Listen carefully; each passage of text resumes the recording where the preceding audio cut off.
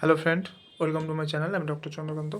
আজ আপনাদের শিশুদের প্রেশার কত থাকে, অর্থাৎ আমাদের প্রাপ্তবয়স্ক লোকের তো প্রেশার থাকে 120/80 mmHg।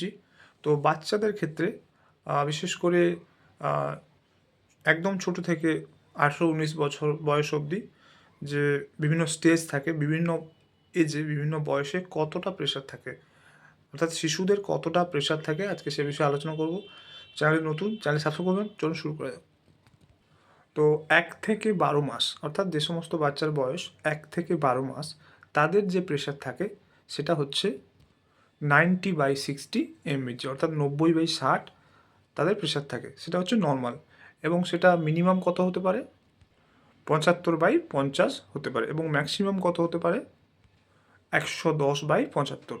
তাহলে আশা করি বুঝতে পারলেন যে 1 থেকে 12 মাস বয়স অবধি শিশুদের প্রেশার কত থাকে।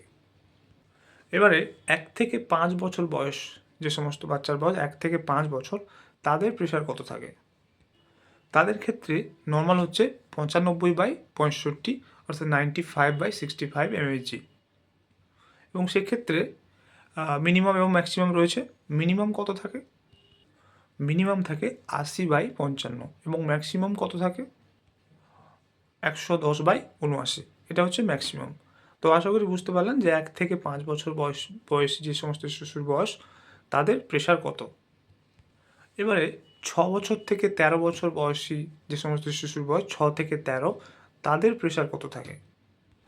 তাদের ক্ষেত্রে নর্মাল হচ্ছে 105/70 mmHg, এবং সেক্ষেত্রেও মিনিমাম এবং ম্যাক্সিমাম থাকে।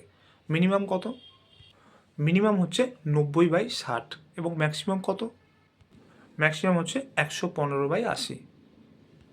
এবার হচ্ছে 14 থেকে 19 বছর বয়সী, অর্থাৎ যে সমস্ত শিশুর বয়স 14 থেকে 19, তাদের নর্মাল প্রেশার কত। অর্থাৎ যে সমস্ত শিশুর বয়স 14 থেকে 19, তাদের নর্মাল প্রেশার 117/77 mmHg, এবং সেক্ষেত্রেও মিনিমাম এবং ম্যাক্সিমাম রয়েছে। মিনিমাম প্রেশার কত? 105/73 mmHg, এবং ম্যাক্সিমাম হচ্ছে 120/81 mmHg। তো আশা করি বুঝতে পারলেন যে একদম ছোট থেকে 18-19 বছর বয়স অবধি শিশুদের নর্মাল প্রেশার কত, এবং মিনিমাম কত কমে আর মিনিমাম কত বাড়তে পারে সেটা জানলেন। তো আজকের ভিডিও এই পর্যন্ত। চ্যানেল নতুন, চ্যানেল সাবস্ক্রাইব করবেন, লাইক করবেন। Thank you for watching.